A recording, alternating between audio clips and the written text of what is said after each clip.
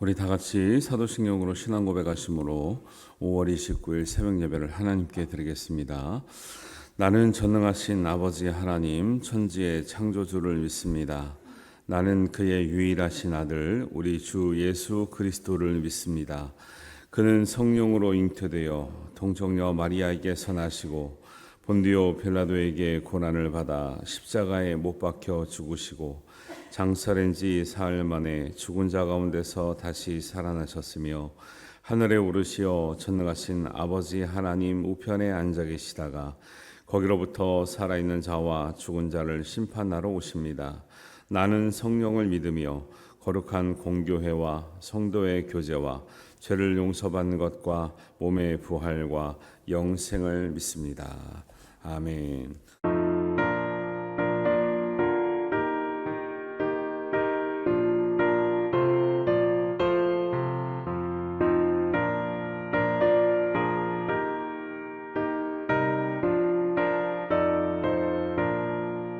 십자가 군명 들어 주 위에 일어나 이들로 앞서 나가 담대히 싸우라.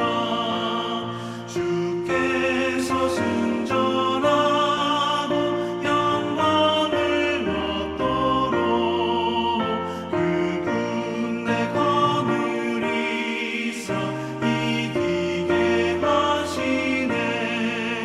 십자가 군명 들어 주 위에 일어나 그 나팔 소리 듣고 곧 나가 싸우라. 수없는 원수 앞에 주 따라갈 때에 주 예수 힘을 주사 강하게 하시네.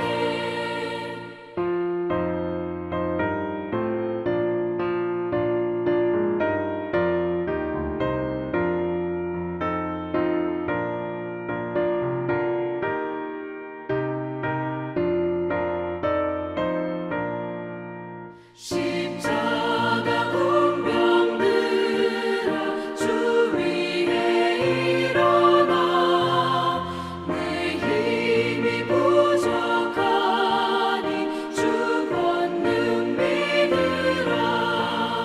복음의 갑주 입고 늘 기도하면서 너 맡은 자리에서 충성을 다하라. 십자가 군명 들어 주 위에 일어나 이날에 접전하고 곧 해가 부르라. 승전한 군사들은 영생을 얻으며 영광의 주와 함께 왕노릇하리라.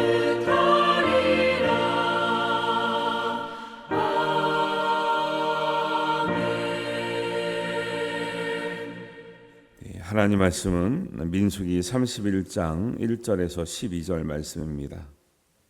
우리 한 목소리로 봉독합니다. 여호와께서 모세에게 말씀하여 이르시되 이스라엘 자손의 원수를 미디안에게 갚으라. 그 후에 내가 내 조상에게로 돌아가리라. 모세가 백성에게 말하여 이르되 너와 함께 있는 사람들 가운데서 전쟁에 나갈 사람들을 무장시키고 미디안을 치러 보내보내어 여호와께 원수를 갚되 이스라엘 모든 지파에게 각 지파에서 1000명씩을 전쟁에 보낼지니라 하매 각 지파에서 1000명씩 이스라엘 100만 명 중에서 12,000명을 택하여 무장을 시킨지라. 모세가 각 지파에 1000명씩 싸움에 보내되 제사장 엘르아살의 아들 비느하스에게 성소의 기구와 신호 나팔을 들려서 그들과 함께 전쟁에 보내매 그들이 여호와께서 모세에게 명령하신 대로 미디안을 쳐서 남자를 다 죽이고 그 죽인 자 외에 미디안의 5 왕을 죽였으니 미디안의 왕들은 에위와 레김과 스루와 후루와 레바이며 또 부올의 아들 발람을 칼로 죽였더라. 이스라엘 자손이 미디안의 부녀들과 그들의 아이들을 사로잡고 그들의 가축과 양떼와 재물을 다 탈취하고 그들이 거처하는 성읍들과 촌락을 다 불사르고 탈취한 것, 노력한 것, 사람과 짐승을 다 빼앗으니라. 그들이 사로잡은 자와 노력한 것과 탈취한 것을 가지고 여리고 맞은편 요단강가 모압 평지의 진영에 이르러 모세와 제사장 엘르아살과 이스라엘 자손의 회중에게로 나아오니라. 아멘. 이스라엘 백성이 하나님의 약속의 땅에 들어갈 시간이 얼마 안 남았죠. 지금 31장에 오니까 이제 36장을 지나서 이제 여호수아서에 이르면 이제 약속의 땅에 들어가서 그 땅을 이제 배분받고 이렇게 차지하는 장면이 나오는데, 들어가기 전에 하나님께서 들어갈 준비를 잘 시켜주십니다. 우리가 결과를 얻기 전에 그 준비를 잘하는 것이 신앙적인 바른 태도입니다. 그래서 우리 노력하지 않고 또 준비하지 않고 결과만을 바라는 것, 그런 것들을 좋다고 보지 않죠. 그래서 성경은 항상 결과가 있기 전에 철저한 준비의 과정이 있고, 그것이 준비가 더 잘 된 것이 더 하나님께서 중요하게 여기신다는 것을 잘 볼 수가 있습니다. 그래서 31장에는 이제 그런 준비를 이제 하게 하는데, 그래서 이제 앞에는 뭐 26장부터 인구조사도 하고 또 여호수아를 후계자를 세우기도 하고 또 절기를 준사라고 하기도 하고, 그다음에 또 어제 같은 경우는 여인들이 서운한 것도 이제 잘 안내도 하고 그랬는데, 오늘은 미디안에게 원수를 갚으라 이런 내용이 나와요. 갑자기 왜 미디안에게 원수를 갚으라 그럴까요? 미디안하고 원래 이제 그 주변 가나안의 주변의 나라들하고는 뭐 대부분 적대적인 관계지만 특별히 미디안하고는 무슨 관계가 있어요? 25장에 보면 미디안 여인을 통해서 이스라엘이 타락해가지고 발람의 꾀에 넘어갔거든요. 그때 이 미디안에 대해서는 뭐라고 그러지 않고 그때는 이스라엘에게만 징계가 되었던 장면이 있어요. 그런데 원인 제공을 미디안 여인들이 했고 미디안이 했기 때문에 하나님은 거기에 대해서 얘기를 한 거죠. 그때 이제 발람의 꾀를 따라서 부올에서 생긴 일이 미디안 여인들, 미디안과 관계가 있어요. 그래서 그 얘기를 하시는 거예요. 25장에 관한 이야기를 다시 하는데, 그때 이스라엘에게는 그 끔찍한 일이 있었는데 미디안 여인과 이스라엘 남자들이 타락하는 바람에 연병으로 24,000명이나 죽었다, 이런 얘기 들었었잖아요, 우리가. 그때 그런 장면을 보고 의분으로 하나님의 질투심을 가지고 일어나서 그런 남자와 여자를 처단한 사람이 누구냐면 그게 비느하스예요. 근데 그 비느하스가 여기 또 나오잖아요.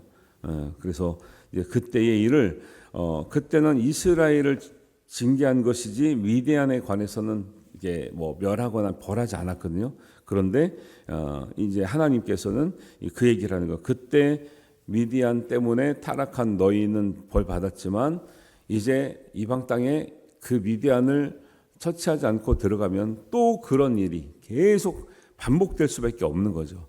미혹당하고 유혹당하는 일들이. 그래서 그 미디안의 원수를 갚으라는 건 꼭 감정적인 복수의 개념보다는 죄의 쓴 뿌리를 뿌리 뽑으라는 거예요. 왜? 그런 것을 남겨놓으면 한번 미혹 받았는데 나중에 또 만나면 또 미혹 받겠어요, 안 받겠어요? 미혹 받을 가능성이 굉장히 높죠. 그래서 이거는 감정적인 복수, 뭐 연병이 걸려서 우리가 억울해서 복수하겠다 이런 게 아니라 죄의 쓴 뿌리를 제거하라는 차원에서 이제 미디안에 대해서 그 원수를 갚으라 이렇게 얘기를 해요. 그래서 이 전쟁으로 미디안만 물리칠 뿐만 아니라 그 부올의 사건의 주동자가 되었던 발람도 처치를 하죠. 그러니까 이스라엘이 크게 아주 타락해서 혼이 났던 그 일들에 대한 원인을 이제 없애라, 이런 이야기를 하고 있는 거죠. 그래서 7절, 8절에 보니까 그들이 여호와께서 모세에게 명령하신 대로 미디안을 쳐서 남자를 다 죽이고, 8절 끝에 보면 또 부올의 아들 발람을 칼로 죽였더라 그래요. 그래서 이 가나안 땅에 들어가기 전에 발람의 꾀 때문에 발람은 계속 발락이 저주하라 그랬는데 안 한다 하다가 마지막에 그 민수기 그때는 나오지 않아요. 어떻게 무슨 꾀를 냈다. 근데 성경 전체에서 말하고 있는 게 뭐냐면 결국 발람이 꾀를 내서 모압 왕 발락에게 이스라엘을 어떻게, 내가 저주는 못하겠지만 하나님이 막으시니까 저주는 못하겠지만 타락은 시킬 수 있다. 이게 되게 중요합니다. 여러분 보세요. 어떤 누구의 저주를 받고 사는 백성이 아니에요, 우리는. 그런데 저주는 통하지 않는데 타락은 됩니다.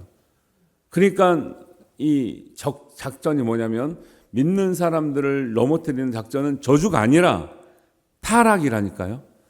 타락은 누가 강제로 시키는 게 아니라 결국은 우리가 선택해야 타락하는 거예요. 선택해야 죄를 짓는 거잖아요. 이런 게 중요한 거예요. 그냥 어떤 외부의 어떤 강압적인 힘에 의해서 어떤 주술에 의해서 우리가 어떻게 되는 게 아니에요. 근데 오히려 우리는 거꾸로 알고 있다고. 그것 때문에 우리가 어떻게 된 줄 알아요. 그게 아니라 오히려 우리가 스스로 무너지고 약해지고 죄와 친근해지면 그게 무너지는 게 더 큰 문제라는 거죠. 저주를 받는 것보다 더 큰 문제가 우리가 스스로 죄를 선택해서 가는 거예요.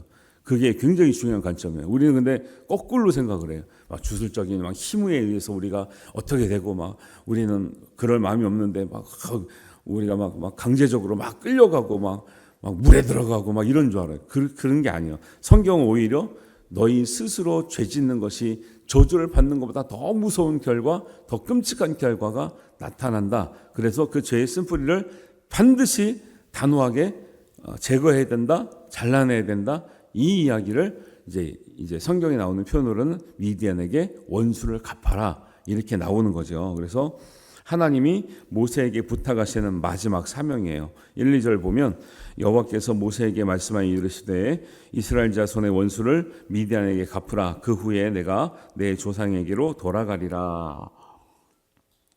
모세가 가나안 땅에 못 들어갔다고 해서 하나님께서 버리신 게 아니에요. 모세는 마지막까지 하나님께 쓰임을 받고 있죠. 단지 모세의 사명이 거기까지인 거예요. 여러분, 모세는 하나님의 마음을 알았기 때문에 이게 중요해요. 하나님의 마음을 알죠. 하나님이 자기에게 향한 마음이 무엇인지 알아요. 자기의 부족함도 알아요. 그러나 내가 부족할지라도 가나안 땅은 비록 못 갈지라도 하나님께서 자기에게 무엇을 원하신 줄 알았고 자기도 자기 사명이 무엇인 줄 알았기 때문에 하나님의 마지막 부탁을 지금 최선을 다해서 수행하고 있다라는 거예요. 가나안 땅에 못 들어간다는 걸 알면요, 모세 입장에서요 열불이 날까 안 날까요? 나죠. 하나님, 내가 이렇게 고생했는데 40년 동안 하나님 말씀 듣고 이렇게 했는데 내가 못 들어가다니요. 섭섭하다고 그럴 수 있거든요. 근데 모세는 그런 얘기 안 한다 그랬죠. 자기의 사명을 끝까지, 모세 사명은 끝까지 뭐예요?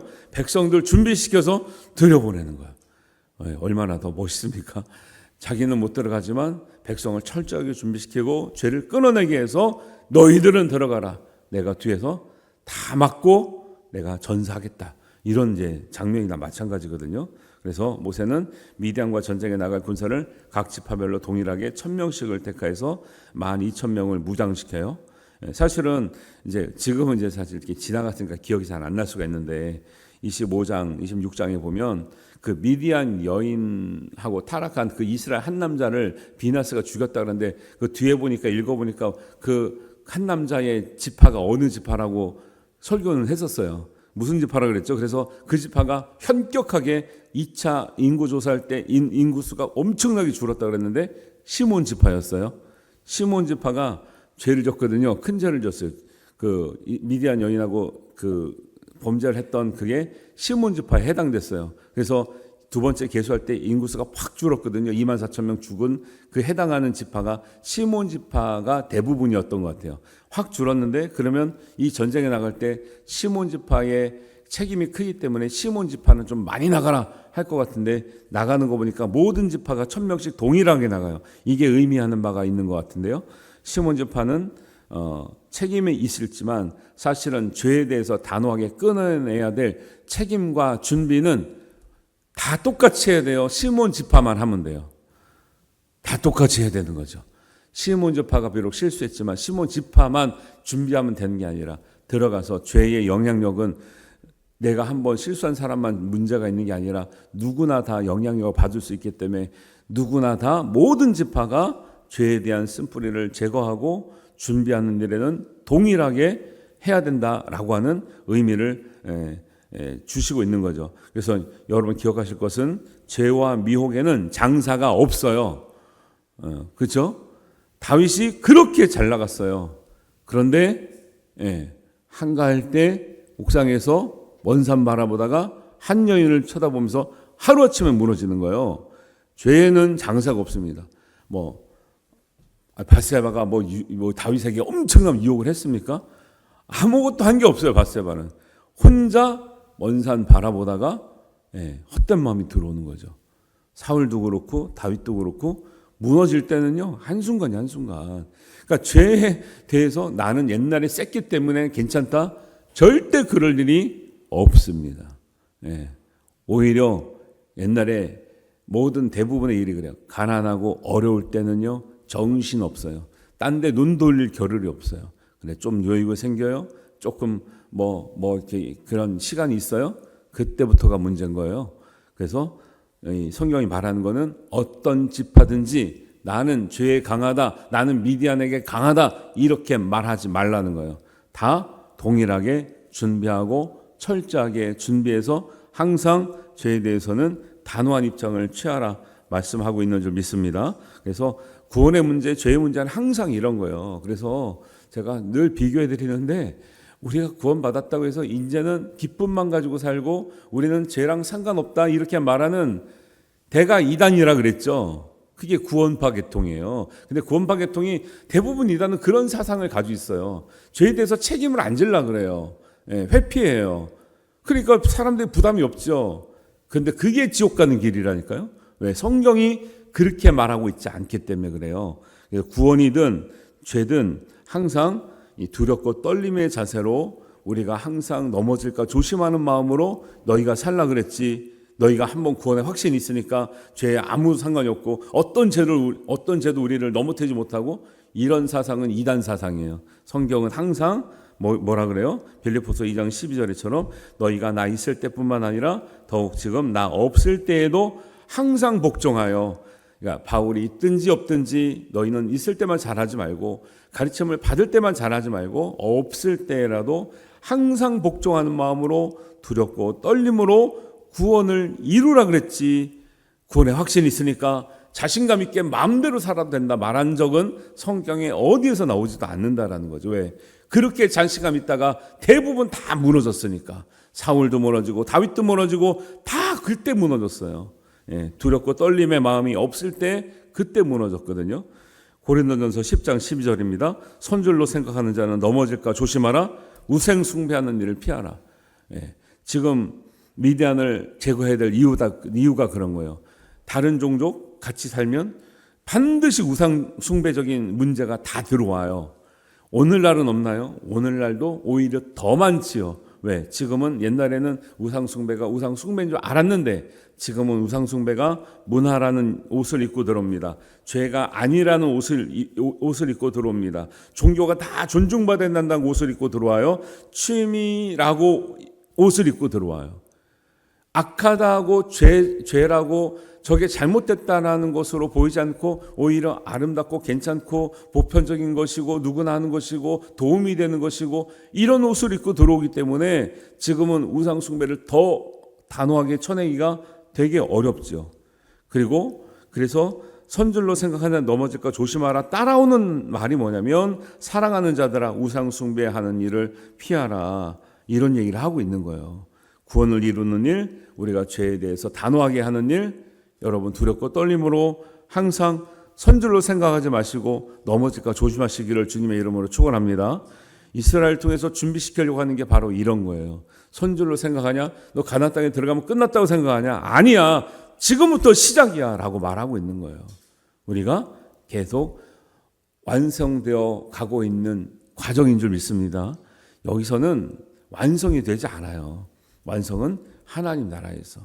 그래서 우리가 부족한 것이 있더라도 좀 연약하고 아프고 또 우리가 어려운 것이 있더라도 여기서는 모세처럼 내가 가나안 땅에 육신의 가나안 땅은 못 들어가죠. 육신의 평안은 여기서 다 못 누리잖아요. 실제적으로. 근데 하나님의 약속의 땅을 들어갈 것을 믿고 나에게 맡겨진 하나님의 마지막 사명을 이루는데 달려갈 길을 다 아는 사람들은 하나님께서 육신의 약속의 땅이 아니라 영혼의 약속의 땅에 들어가게 하실 줄로 믿습니다.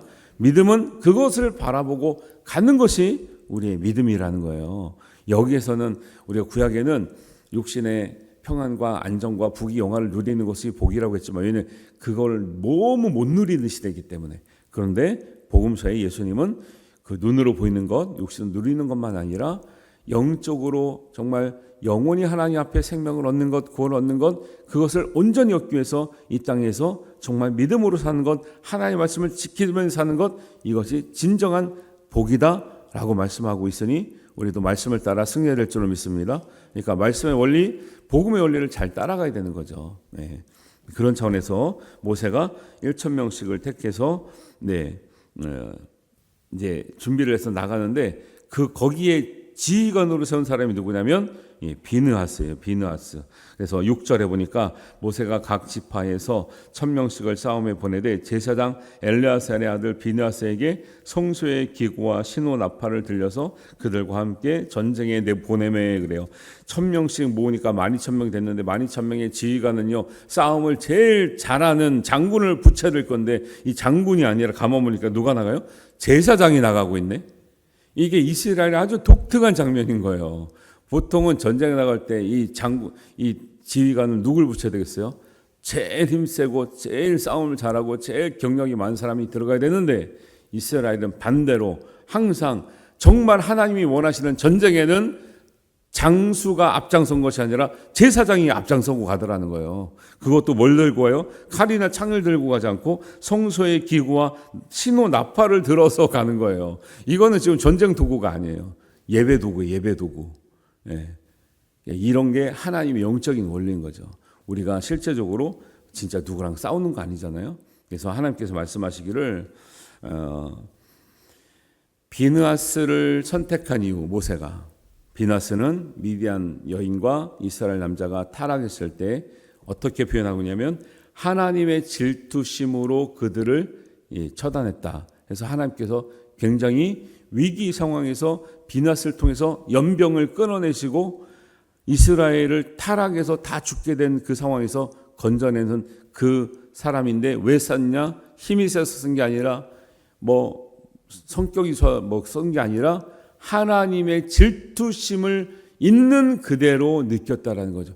하나님이 이스라엘 보면서 저렇게 하면 안 되는데 저거 죄지면 안 되는데 저렇게 하면 죽는데 그 막아설 사람이 하나님의 이 답답한 마음을 가지고 나설 사람이 아무도 없는 상황에서 하나님의 마음, 질투심은 뜨거운 마음이에요. 뜨거운 마음은 우리가 시기 질투 이런 마음이 아니라 하나님의 불붙는 마음을 가지고 있던 사람이 비느하스이기 때문에 위기 상황에서는 하나님 앞에 누가 쓰임 받느냐? 하나님 마음으로 불타는 마음을 가진 사람이 위기에서 쓰임 받는 사람인 줄 믿습니다. 이게 성경의 원리고 성경의 진리거든요. 하나님의 이 세상을 보면서 구원받지 못하는 백성을 보면서 죽어가는 백성을 보면서 불타는 심정을 가진 사람이 위기의 상황에서 쓰임받는 사람인 것을 성경은 보여주고 있는 거죠.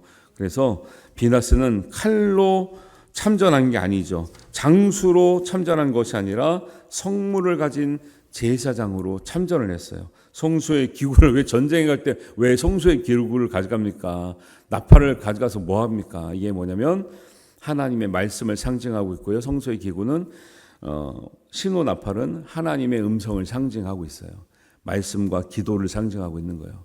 말씀과 기도로 준비되고 앞장서서 나가야 우리의 영적인 전쟁은 승리하게 된다는 것을 말씀하고 있는 줄 믿습니다.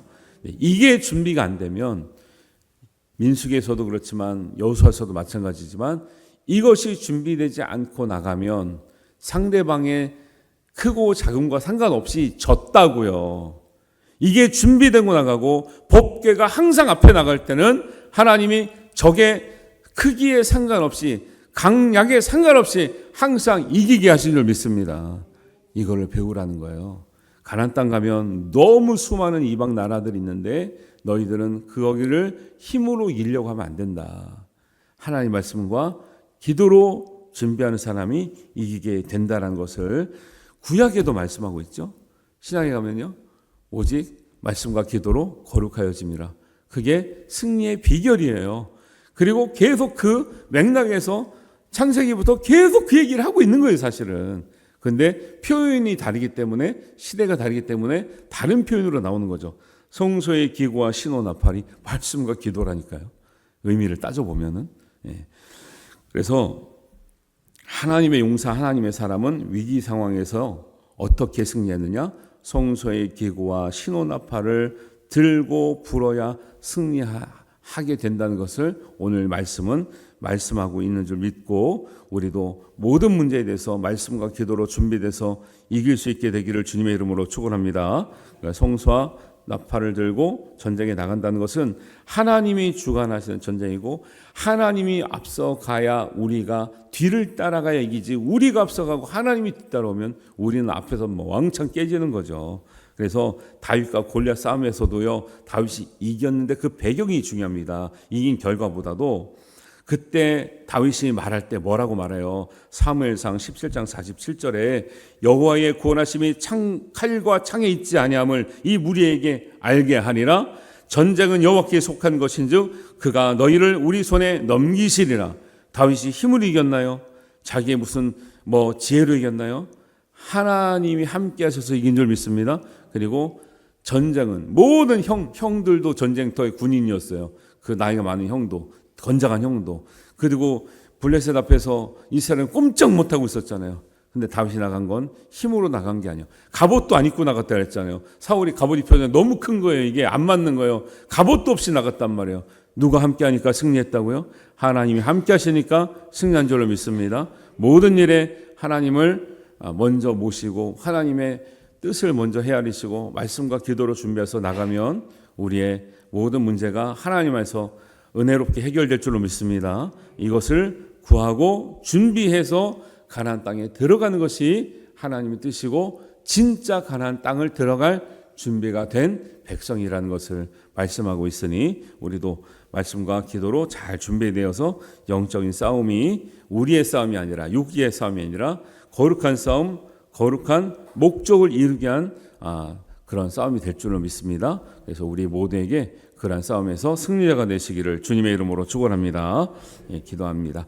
하나님 아버지, 은혜를 감사합니다. 오늘 말씀을 통해서 하나님께서 우리를 죄에 대해서 얼마나 단호하게 준비를 시키시는지, 또 영적인 전쟁에서는 결국 우리가 우리의 힘이 아니라 하나님 말씀과 기도로 성소의 기구와 또 신호 나팔을 들어서 전쟁에 나가라고 한 것처럼 인간적인 생각으로는 맞지 않지만 하나님의 질투심으로, 하나님의 정말 뜨거운 마음을 품고 정말 하나님의 방법대로 하나님의 뜻에 따라 나가는 백성이 하나님 결국 약속의 땅에서 늘 승리하는 백성임을 알게 하셨습니다. 우리 일상생활에서도 어떤 문제가 있든지, 어떤 어려움이 있든지, 어떤 연약함이 있든지 말씀과 기도로 승리하는 우리의 믿음이 되게 하여 주시옵소서. 주님께서 은혜 베풀어 주셔서 우리가 구할 때마다 함께 하시고 우리보다 앞서가시는 하나님을 먼저 의지하고 우리가 주님의 그늘의 아래서 우리가 주님의 뒤를 따라가는 은혜가 있게 하여 주시옵소서. 하나님께서 늘 함께 하실 줄로 믿습니다. 예수님의 이름으로 기도하옵나이다. 아멘. 하늘에 계신 우리 아버지, 아버지의 이름을 거룩하게 하시며 아버지의 나라가 오게 하시며 아버지의 뜻이 하늘에서와 같이 땅에서도 이루어지게 하소서. 오늘 우리에게 일용할 양식을 주시고 우리가 우리에게 잘못한 사람을 용서하여 준 것 같이 우리 죄를 용서하여 주시고 우리를 시험에 빠지지 않게 하시고 악에서 구하소서. 나라와 권능과 영광이 영원히 아버지의 것입니다. 아멘.